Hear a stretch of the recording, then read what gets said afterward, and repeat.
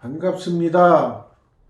오늘은 2021년 3월 5일입니다. 오늘은 금요기도회 말씀입니다. 사도행전 20장입니다. 바울이 밀레드에서 사람을 에베소로 보내어 교회 장로들을 청하니 오매 그들에게 말하되 아시아에 들어온 첫날부터 지금까지 내가 항상 여러분 가운데 어떻게 행하였는지를 여러분도 아는 바니. 바울은 교회 장로들 앞에 자기가 어떤 행동을 했는지 담대하게 이야기합니다. 모든 겸손과 눈물, 또 유대인의 관계로 당한 시험을 참고 주를 섬겼다. 그러니까 바울 사도의 앞에 평탄함만 있지 않았다는 건 다 아시죠, 여러분? 힘든 과정이 너무 많았습니다. 물론 우리나라에도 참 순교당한 순교 목회자들 참 많이 계셨죠. 그런 분도 계시지만 오늘날은 참 좋은 환경에서 목회도 할 수 있고 그런 걸 감사하셔야 됩니다. 또 바울이 생각하기에 유익하다 한 것은 눈치 보지 않고 공중 앞에서나 각집에서나 거리낌 없이 여러분에게 전하여 가르치고, 이것이 아주 목회자의 사명입니다. 유익이 되는 하나님의 말씀은 거리낌 없이 전해야 돼요. 다른 사람의 눈치를 보고 그러면 안 됩니다. 하나님의 말씀을 전하는 자는 하나님께서 보시기에 저놈은 내 눈치만 보고 말씀 전하는구나, 제대로 된 놈이네, 이런 말씀을 들으셔야 합니다.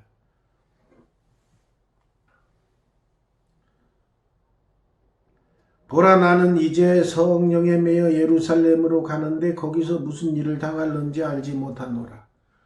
우리 인간의 삶을 보여주고 있습니다. 우리 인간들은 한 치 앞을 못 내다봅니다. 당장 오늘 좋은 차, 좋은 옷 입고 좋은 곳에 살더라도 문 앞을 나서다가 갑자기 교통사고가 나서 갈 수도 있는 것이고, 내가 매주 주일날, 수요일날, 금요일날 예배 드리겠다 결심을 해도 가족이 누가 아프면 데리고 병원에 가야 돼요. 그러면은 예배 참석 못하는 거예요. 내가 한 치 앞을 못 내다봅니다. 그렇기 때문에 우리는 항상 기도하며 살아가야 돼. 그래서 쉬지 말고 기도하라 그런 거예요. 인간을 하나님이 만드셨어요. 그러니까 인간의 속성을 너무 잘 아셔요.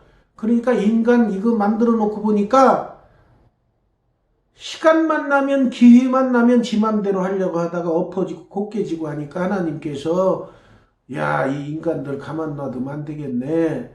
맨날 다치고 엎어지고 곱게지고 넘어지고 하다가 지옥에 갈 수밖에 없는 상황이 도래할 수 있겠네. 그래서 주신 말씀이 쉬지 말고 기도하라. 그러니까 항상 하나님을 향해 있어라 그 말이에요. 쉬지 말고 기도하는 거는 내 마음이 항상 하나님께 부르짖는 자세예요. 쉬지 말고 기도하라.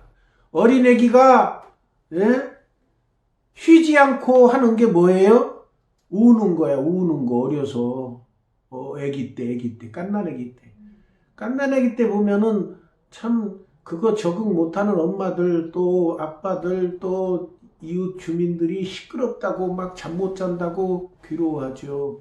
그럴 정도로 갓난애기는 잘 울어요. 뭐 때문에 울어요? 부모님께 나 배고파, 나 오줌 쌌어, 똥 쌌어, 이거 알리는 거예요. 우는 거예요. 나 아파, 그러고 우는 거예요. 울면은 부모가 얘가 나한테 나를 부르는구나, 그렇게 알아들어요. 운다고 생각하는 거는 관계없는 사람들이나 운다고 생각하지, 엄마나 아빠는 나를 부르는구나 이렇게 생각하시는 거예요. 그래서 다가가서 왜 그래 만져보고, 또 배고픈가 만져보고 해서 그 아이가 원하는 대로 해주면 울음을 그치고 새근새근 잠을 자요. 우리 갓난아기들은 먹을 때 뭐 먹고 나면 자는 게 일이죠. 그런 거예요. 우리 인간들도 마찬가지예요. 쉬지 말고 기도하라는 거는 애기가 맨날 울듯이 하나님께 매일 부르짖으라 그 말이에요. 그러니까 쉬지 말고 기도하라는 거예요. 물론 아프면 병원에 가죠. 그러나 먼저 하나님께 기도하세요. 하나님 여기가 아파요. 치료해 주세요. 하나님께 먼저 부르짖어요. 쉬지 말고 기도하라는 거. 하나님께서 인간을 너무 잘하시니까 우리 인간들은 쉬지 않고 부르짖어야, 쉬지 않고 기도해야 얘네들이 제대로 살아가겠구나 아시니까 처방전을 내린 거예요. 의사가 처방전 내려도 살라고 잘 지키는데 우리의 영육을 책임지신 하나님께서 처방전 쉬지 말고 기도하라는 처방전 내려주셨으면 그대로 순종하시기 바랍니다.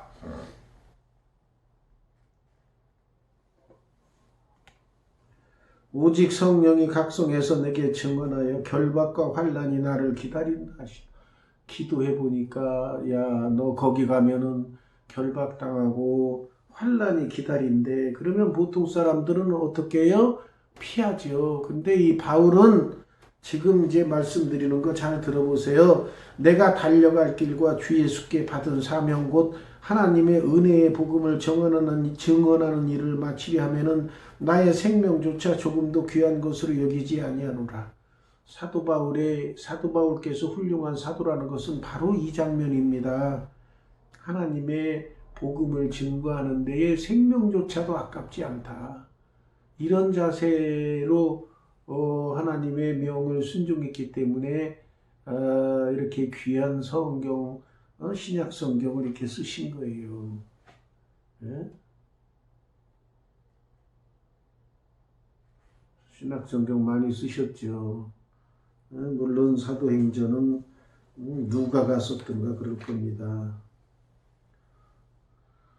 그 사도 바울의 행적, 참 지금도 이런 분들 많이 나타나야 돼요. 주 예수께 받은 사명, 하나님의 은혜의 복음을 증언하는 일을 마치려 하면은 나의 생명조차 조금도 귀한 것으로 여기지 아니하노라. 이 세상에 제일 무서운 사람이 누구냐고 숱하게 이야기하죠. 목숨 걸고 덤비는 사람이 제일 무섭다고 그러죠. 목숨은 하나밖에 없고 목숨 잃으면 이 세상 다 잃는데 그 목숨을 걸고 덤벼들면 그 사람이 제일 무섭다는 표현을 합니다. 사도 바울은 복음 전하는 일에 사탄들이 제일 무서워하는 사도죠. 사탄들이 사도 바울이 목숨 걸고 복음 전하니까 제일 무서워하는 거예요.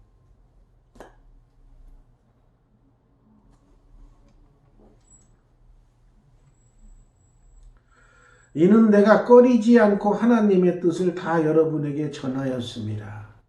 사도 바울의 또 위대한 속성은 바로 눈치 보지 않고, 꺼리지 않고란 말은 눈치 보지 않고 하나님의 뜻을 다 여러분에게 전하였습니다. 목회자는 하나님께서 깨달음을 주십니다. 그런데 그 깨달음이 왔을 때 그 깨달음을 하나님께서 주시는 깨우침을 잘 전해야 돼요.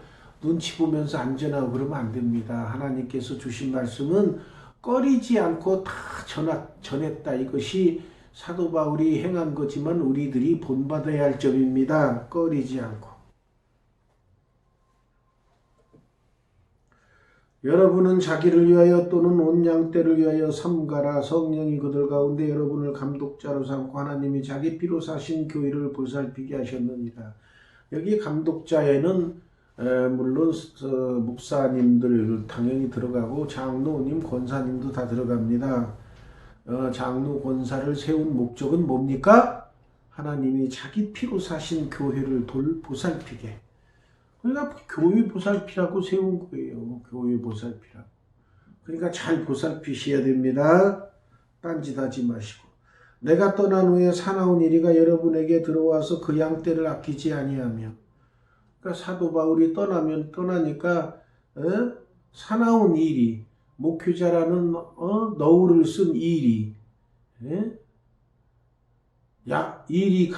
양가죽을 둘러 쓴 일이, 이런 무리들이 들어와서 자기 양떼, 그 양떼를 아끼지 않고 막 그 핍박하고 그들에게서 돈을 착취하고, 그런 그 목회자라고 할 수 없는 이단 속성 무리들, 이단 사이비종파 무리들, 그런 사람들이 교회에 목회자가 없을 때 그런 이단 무리들이 와서 판을 치게 되는 거예요. 그러니까 교회에 목회자가 있는 것이 굉장히 중요한 겁니다. 하나님이 보내신 하나님께서 주신 양떼를 잘 보살피고 목회자를 보내주시는 거예요.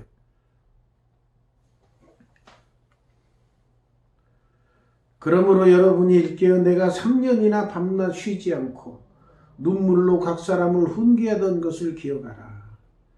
3년이나 쉬지 않고 눈물로 훈계하였다.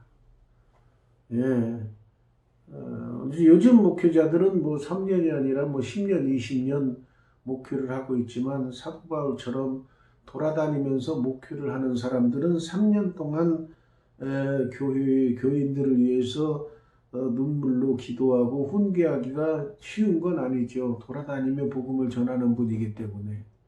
지금은 이게 고정화돼서 각 교회에 고정된 담임 목사가 있으니까 안정되게 복음을 전하지만 그 옛날에는 목회자들도 부족했을 뿐만 아니라 사회 여건이 그렇게 한 군데서 크게 모여 예배 드릴 수 있는 장소가 없어요. 그래서 초대교회는 작은 집, 주로 집, 가정들을 돌아다니면서 주로 가정교회들이 많이 있었다고 보면 됩니다. 그래 돌아다니면서 큰 곳에 모아놓고 하면 좋지만은 작은 데가 여러 군데니까 돌아다니면서 복음을 전하고 눈물로 훈계했다. 여러분 그렇게 신앙생활 하시면 안 됩니다. 라고 눈물로 훈계하는 거예요.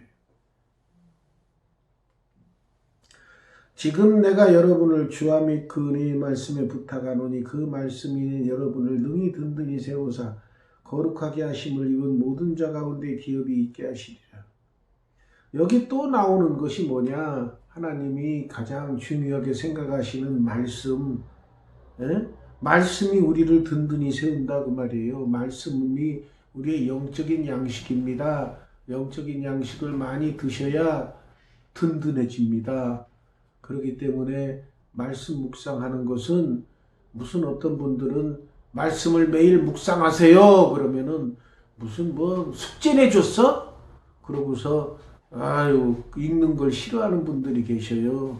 그분들은 좀 정신 차리셔야 돼요. 여러분들의 영이 자라도록 영이 튼튼해야 사탄 무리의 괴계도 물리치고 이런 온갖 세상의 유혹도 물리칠 수 있는 거예요. 영이 튼튼하지 못하면 쓰러집니다. 넘어지고 엎어지고 하다가 일어나서 제대로 천국에 가면 좋지만 넘어지고 엎어지고 하다가 일어나지 못하고 지옥 가면 얼마나 억울하고 얼마나 안타깝습니까?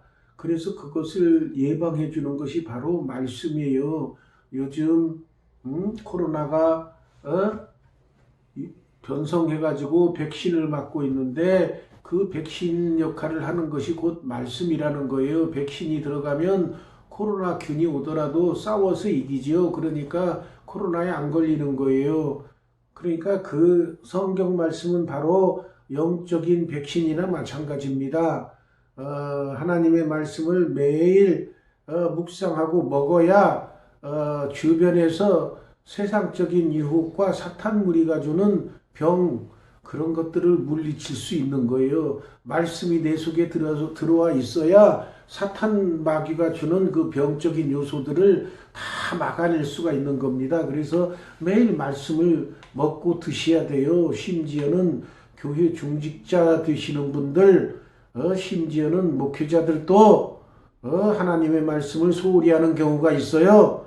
그러면 안 되죠. 하나님의 말씀을 매일 먹고 그 말씀으로 인해서 내 영이 튼튼해서 어떠한 세상 유혹이나 사탄 무리가 주는 유혹이나 병 같은 사탄의 세상 유혹에서 주는 병 같은 것들 이런 것들을 물리칠 수가 있는 거예요. 그러니까 말씀 묵상을 항상 신경 쓰면서 하셔야 돼요. 생명을 걸고 해야 돼요. 여러분들 밥도 한 끼라도 안 먹으면은 막 난리 나고 어느 단체 생활하는데 다른 사람은 다 밥 먹고 있고 자기만 쏙 빼놔 보세요. 그러면 당장 가서 따지죠. 나도 여기 같이 활동하는 사람인데 내 밥은 어디 있는 거야? 당신 그 책임자가 내 밥도 없이 어떻게 이 밥을 푸고 그랬어? 그럼 화내고 막 덤벼들 거예요. 자기 밥 없다고. 그런데 영적인 양식, 성경 말씀 하루 안 읽어도 뻔뻔하게 아무 소리도 안 해. 아이고, 거꾸로 오히려 오늘은 말씀, 성경 말씀 안 읽으니까 편안해. 오히려 거꾸로 이런 생활하는 사람은, 이런 생각하는 사람은, 벌써, 사탄의 유혹에 넘어가고 있는 거예요. 사탄은 뭐라고 유혹해요? 야, 말씀 그 매일매일 읽으면 뭐하니? 하나, 일주일에 한두 번 하고, 한 달에 서너 번 하면 되는 거지. 이렇게 유혹합니다. 거기에 넘어가 버리면은 일주일에 한두 번이 아니라 한 달에 한두 번, 한 달에 한두 번 하다 나중에 1년에 한두 번, 1년에 한두 번 하다 나중에는 하나도 안 읽고 살아. 그러다가 신앙이 다 떨어져서, 사탄의, 위력에 굴복하고, 나중에는 헤어나지 못하다가 지옥 가는 거예요. 정신 차리시오. 말씀을 매일 먹어야 돼. 집에서도 생활할 때 가족들이, 애기들이, 여러분 어렸을 때 한번 다 경험해 봤을 거예요. 저도 경험해서. 뭐 사달라고 그러는데 안 사주고, 뭐 해달라고 하는데 안 해주면, 나 밥 안 먹을 거야. 밥 안 먹으면 지손해지. 근데 그렇게 뗐어요. 지금도 마찬가지예요. 하나님께서도 보시고, 신앙생활 잘하려면 얘네들이 밥 먹어야 되는데, 하나님의 말씀이 성경 말씀 묵상해야 되는데, 근데 어리석은 신앙인들은 하나님, 나 밥 안 먹을 거예요. 나 성경 안 읽을 거예요. 그럼 하나님이 안타까워서 말 안 들으면 어떻게 해요? 징벌을, 어려운 일을 당하게 한다거나 아프게 한다거나 뭐 이런 일을 통해서 정신 차리게 하시죠.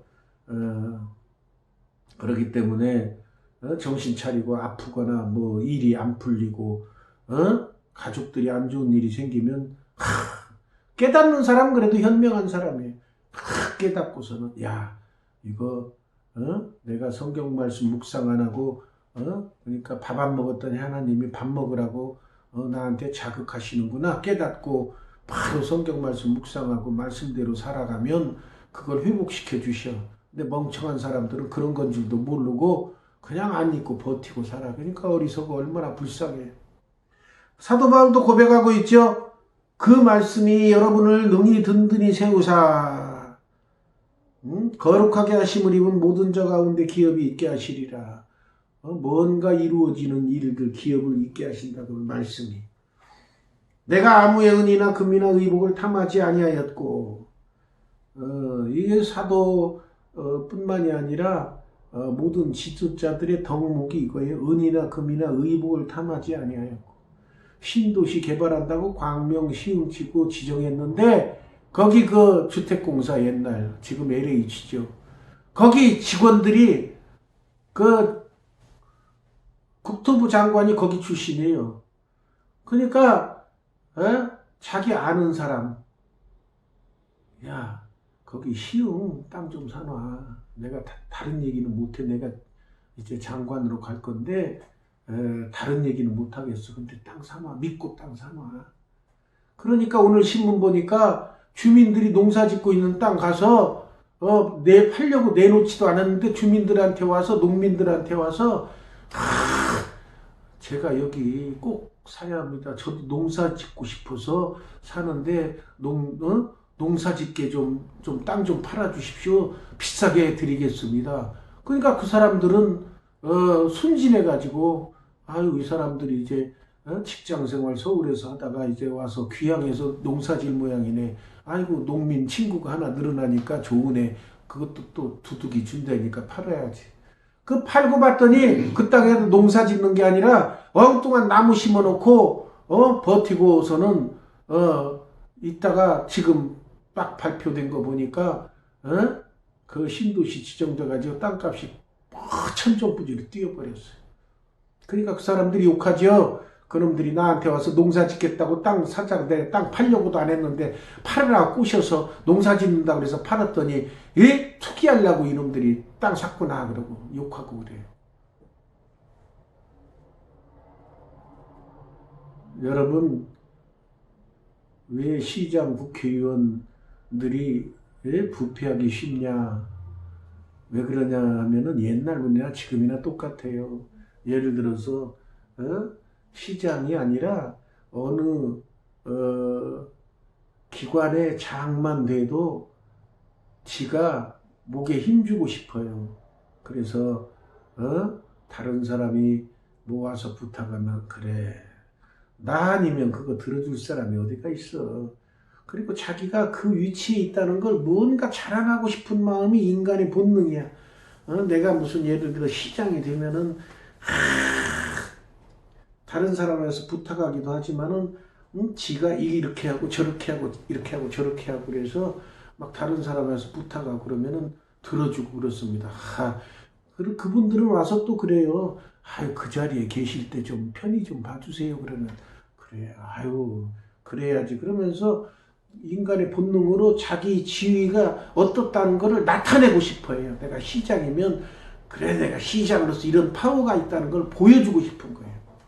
그러니까 그런 거는 후진 개발국, 후진국일수록 그런 역할이 그런 유혹이 강합니다. 그래서 옛날에 대통령 자격 없는 사람들이 대통령 되면 지가 대통령 됐다는 거 만방에 알리기 위해서 막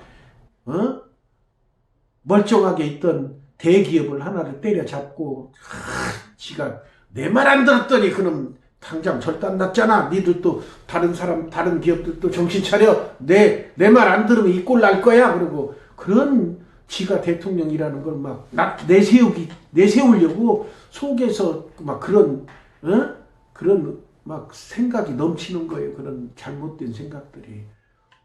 대통령 되고서 다른 사람이 대통령 된 걸 알아달라고 막 그런 것이 속에서부터 막 불끈불끈 솟는 거예요. 정말 훌륭한 대통령, 옛날 노순 시대를 지금 훌륭한 국가라고 그러잖아요. 중국의 노순 시대. 중국의 노순 시대는 임금이 누군지도 몰라 국민들이. 그런데 그렇게 임금이 국민들을 편하게 살게 해줬기 때문에 노순 시대라고 그런 거예요. 임금이 누군지 모르는 시대가 제대로 나라를 정치하는 시대인 거예요. 임금이 그런 권력을 행사하지 아니하고 오늘날 대통령이 있는지 없는지도 모르고 왜 대통령이 자기 치적을 자랑하려고 이것저것 하지 않고 정말로 국민들만 위해서 편한 국민들이 잘 살기 위해서만 협조할 뿐이지 지가 뭐 목소리 내서 내세우질 않아. 그런 나라가 좋은 나라고 그런 시대가 좋은 시대입니다. 이 외국의 어떤 이번에 떨어진 대통령은 막 사사건건 가는 것보다 지가 뭐 하려고 막 목에 힘주고 돌아다니는 그 대통령이 또 있어요. 이번에 떨어졌지만. 그러니까 그런 유혹에 넘어가면 안 돼. 여기 바로 33절. 내가 아무의 은이나 금이나 의복을 탐하지 아니하였고. 탐하면 안 돼. 여러분이 아는 바와 같이 손으로 나와 내 동행들이 쓰는 것을 충당하여. 사도 바울의 가장 또 위대한 점이 뭐예요? 목사님으로서 사례비를 안 받았어. 그리고 사례비를 안 받고 어떻게 해요? 지가 일해서 천막 깁는 일하면서 벌어서 먹고 저기 가는 거예요. 저는 그냥 국가에서 이렇게 주니까 사례비를 안 받지만 이건 내 자랑은 아니죠. 하나님께서 다른 길로 주시는 거나 마찬가지예요. 근데 교회에서는 안 받기 때문에 이게 작은 개척교회지만 여기 유튜브 보시는 분들 장미교회 오세요. 왜 그러냐면은 여기 사례비가 없어요. 그냥 여러분들이 혹시 헌금하면은 그걸로 교회 운영하는 데만 다 써요. 사례비 하나도 안 나가요. 그러니까 부담 느껴서 안 오거나 개척교회 솔직히 부담되죠. 목회자 사례비 줄 돈이 없으니까. 그렇지만 여기는 그런 상황이 아니니까 마음껏 나오세요. 많이들 나오세요.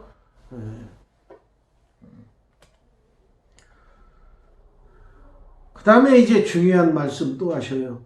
범사에 여러분에게 모범을 보여준 바와 같이 수고하여 약한 사람들을 돕고 주 예수께서 친히 말씀하신 바 주는 것이 받는 것보다 복이 있다 하심을 기억하여야 할지니라. 주는 사람 되세요. 받지 마시고 받으려고 하지 마세요. 주려고 하세요. 하나님이 뭐라고 말씀하셨어요? 공중나는 새를 보라, 들에 핀 백합화를 보라. 에? 하나님이 먹이시고 입히시고 살려주시잖아요. 하물며 천하보다도 귀한 인간들 굶어 죽게 하시겠습니까? 그냥 주세요. 베푸세요. 베푸는 삶을 살면 하나님이 베풀었으니까 너는 쪼그라들어서 굶어 죽어라 이게 아니죠. 베푸면 베풀수록 하나님의 법칙은 더 보내주셔. 아이고 이놈 주니까 더 베푸네. 나 이놈에게 더 채워줘야지. 그런 분이십니다. 많이 베푸세요. 그런 분이 복 받는 분들이에요. 기도하겠습니다.